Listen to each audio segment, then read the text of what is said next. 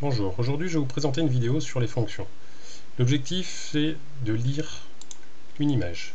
Donc comment est-ce qu'on lit l'image d'un nombre? Eh bien il existe trois méthodes. Ces trois méthodes, en fait je vais les appliquer sur un exemple particulier, l'image de -3.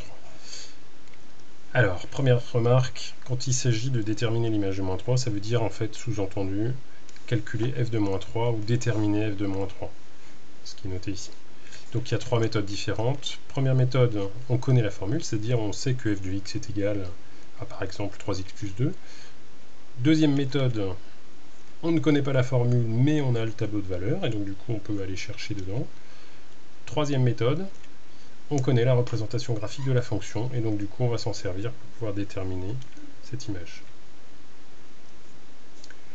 Alors si on connaît la formule de la fonction, eh bien en fait il s'agit seulement de remplacer tous les x par le nombre -3 proposé, et donc du coup de faire le calcul de la partie droite de la formule. Donc si f de x est égal à 8x moins 2, eh bien on remplace tous les x par -3, et on détermine la valeur, c'est-à-dire le résultat du calcul qui se trouve à droite du signe égal.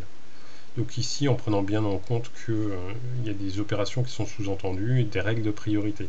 Donc là, il y a une multiplication qui est sous-entendue entre le 8 et le -3. Même chose ici, entre le 8 et le x, c'est évidemment une multiplication qui était sous-entendue. Donc 8 fois -3, ça fait -24, -24 -2, -26. Même principe avec la fonction g qui se trouve à droite. Donc il s'agit d'une fonction du second degré, puisque sur le x, on a une puissance 2. Donc on remplace tous les x par -3, on se retrouve avec g de -3 est égal à 2 fois -3 au carré, plus 3 fois -3, moins 5. Une nouvelle règle de priorité, la puissance étant prioritaire, on commence par faire le -3 au carré. -3 au carré, ça fait 9.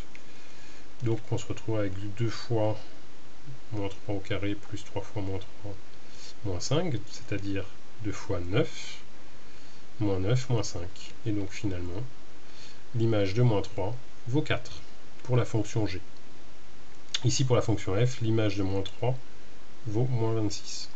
C'est comme ça qu'on le lit. Pour la fonction h, qui est une fonction homographique, que vous découvrirez aussi au lycée, mais qu'on peut toujours utiliser dès le collège, l'image de -3, on l'obtiendra en remplaçant tous les x par -3. Et donc du coup, une fois qu'on est là, en fait, on doit faire attention aussi à la règle de priorité, et donc on fait d'abord les calculs au numérateur et au dénominateur séparément avant de déterminer la valeur finale. Donc 2 fois -3, ça fait -6, plus 4, et au dénominateur, 3 fois -3, ça fait -9, -5. Et donc finalement, h de -3 est égal à -2 sur -12, sur -14, pardon, et donc pour avoir la fraction irréductible, on divise en haut et en bas par -2, ce qui nous donne 1/7. Donc l'image de -3 vaut 1/7. Deuxième méthode. On connaît le tableau de valeur de la fonction. Premier exemple avec une fonction f, deuxième exemple avec une fonction g dont je vais vous donner le tableau. Donc ici, il s'agit de chercher dans le tableau le nombre -3 et puis de s'en servir. Donc avec le premier exemple, on voit que le -3 apparaît dans la ligne supérieure, la ligne de x, et apparaît aussi dans la ligne inférieure, la ligne f de x. Alors nous on cherche l'image de -3, ça veut dire qu'en fait on va chercher le -3 dans la première ligne et pas la deuxième ligne. Donc du coup celui-ci en fait ne nous sert à rien. Donc on cherche le -3 dans la première ligne, est ici, et son image, on va la trouver juste en dessous. Donc l'image de -3 pour la fonction f vaut 6. On peut noter de cette manière-là. Deuxième exemple. On a une fonction g qui a pour ces valeurs-là, on pourrait imaginer les nombres qui se trouvent en dessous. Donc ici, on a un -3 qui apparaît, mais il est dans la deuxième ligne, donc il ne nous sert pas. Et nous, ce qu'on cherche, c'est l'image de -3. Alors vous allez me dire, le -3, il est compris entre -5 et 0, ben, on pourrait peut-être s'en servir. Oui, mais en fait là, le problème, c'est qu'on ne connaît rien d'autre sur cette fonction. On ne sait pas en particulier de quel type de fonction il s'agit, on ne sait pas si c'est une fonction affine, on ne sait pas si c'est une fonction linéaire, on ne sait pas si c'est une fonction du second degré. Donc du coup, on ne peut pas conclure. Donc là, avec ce tableau de valeurs, ben en fait, on ne connaît pas l'image de -3. Troisième méthode, on a la représentation graphique de la fonction.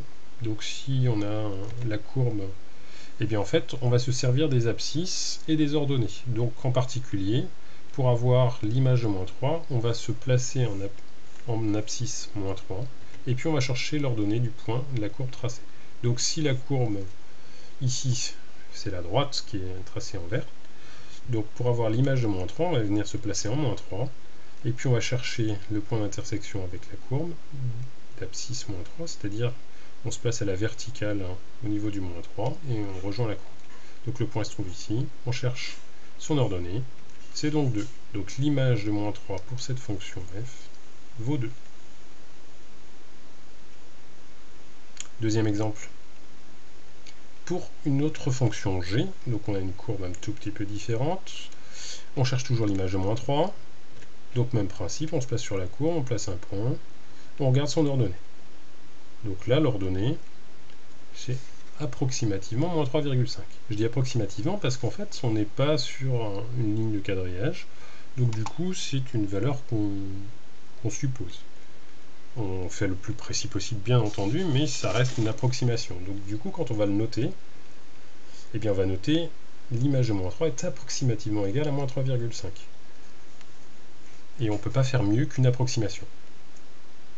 Donc voilà, nous avons nos 3 méthodes. Donc en bilan, ce qu'il faut que vous reteniez, c'est que si vous avez la formule, c'est la manière idéale de déterminer l'image, puisqu'en fait on peut la trouver tout le temps. Si vous avez le tableau de valeur et que la valeur est écrite dans la première ligne, vous pouvez vous servir directement de la valeur écrite dans la seconde ligne, ce sera l'image. Si vous avez votre représentation graphique, eh bien vous placez en abscisse et vous allez chercher l'ordonnée du point d'abscisse -3. Avec un bémol évidemment, c'est la précision.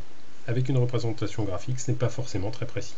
Donc, si vous avez une méthode à privilégier parmi les trois, préférez la formule, faites le calcul avec la formule, ce sera toujours la meilleure solution, la plus sûre.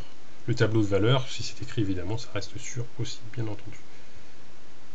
Voilà, donc j'espère que cette vidéo vous a plu. À bientôt!